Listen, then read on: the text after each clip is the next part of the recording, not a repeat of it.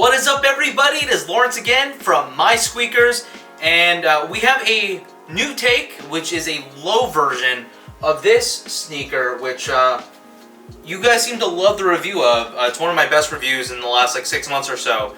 But this is the Mountainfly High, and it's one of the most phenomenal sneakers I've had in a really, really long time in terms of usefulness. I've been wearing this a lot. It's been pretty stormy in New York for the last several months, and this has held up really, really well, and it's also super comfortable. And so recently, about I think almost like a week or two ago from the video publishing date of this, they actually released the low version. So without further ado, here is the ACG Mountainfly Low.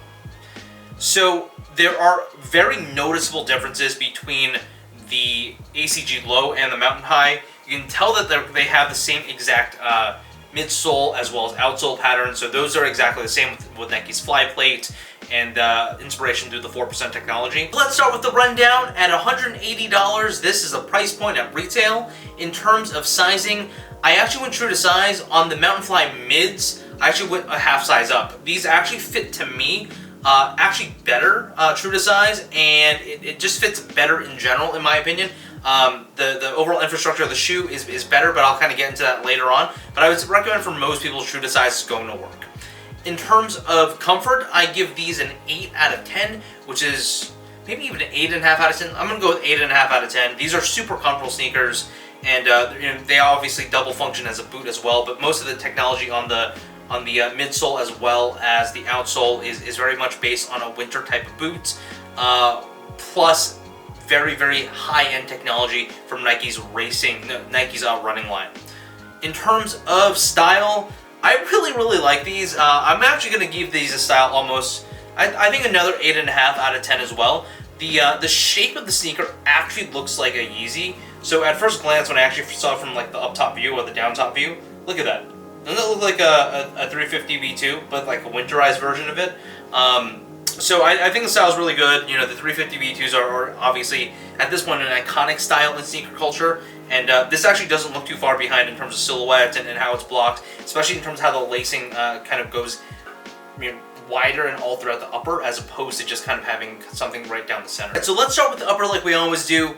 The main thing about this upper, and it's very, very important for you guys to know, is that the upper is not made out of Gore-Tex. I'm not sure if there's some type of DWR, because I actually walked around in puddles and snow, and I was testing out whether or not it would leak through. And it could be that I was just so high off the ground, because of the midsole and outsole are pretty good, that it didn't seep into the upper, but the material didn't seep through.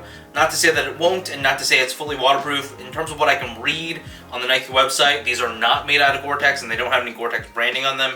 So my assumption is that there is no Gore-Tex. If anyone knows otherwise, leave that in the comments below, but I'm going to stick to that, even though my feet didn't get wet. But in terms of what it looks like, there is a grid pattern over here that's in the front.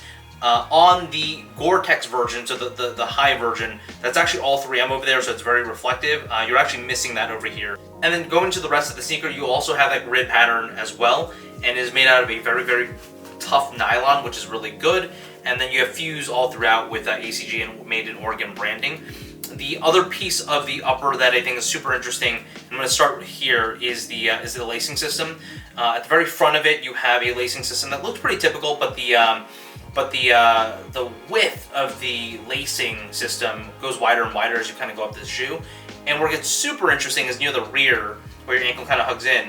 You see these kind of little things over here, these little like wings right here? The lacing actually goes through that into this kind of plastic TPU area, and it wraps around to the back, and then off to the other side, and then you have the laces hooked up to the other side. So when you tighten it up, not only does it tighten up the front of the sneaker, which is all the way out through here, and really gives you an amazing snug fit, the cooler part, in my opinion, is the fact that it also kind of compresses down in the back as well. And when it was pulling together, I didn't realize that when I first put it on, that it was actually going to do that. And so I thought it was a really interesting experience, and it really, really did hug my foot in a really nice, secure, but not too tight way. The lacing system is definitely a win here. Finally, at the very top of the sneaker, you have this Nike ACG thing that is stitched onto the very top. And then finally going to the back, you have a reflective ACG. So I don't believe this is 3M. This is literally just reflective. It's constantly reflective, whereas like 3M can be hidden in non-lighting conditions. The other thing to note close to the lacing area is there is ACG and Nike logo branding all in the middle, but you really can't see it in this black colorway. So as you can see in the footage, I am traversing lots of different types of terrain, hopefully trying to get my feet wet, and don't forget that I almost got wet socks, cold wet socks, for this channel. So if you haven't already, hit the like button for this video just because I almost died, or hit the subscribe button just if you want more content like this. But going to the midsole and outsole, you have an amazing Nike 4% fly plate that is running all throughout here. You can kind of see that little groove right in that outsole, and it is with React foam, so it's super, super soft to the touch.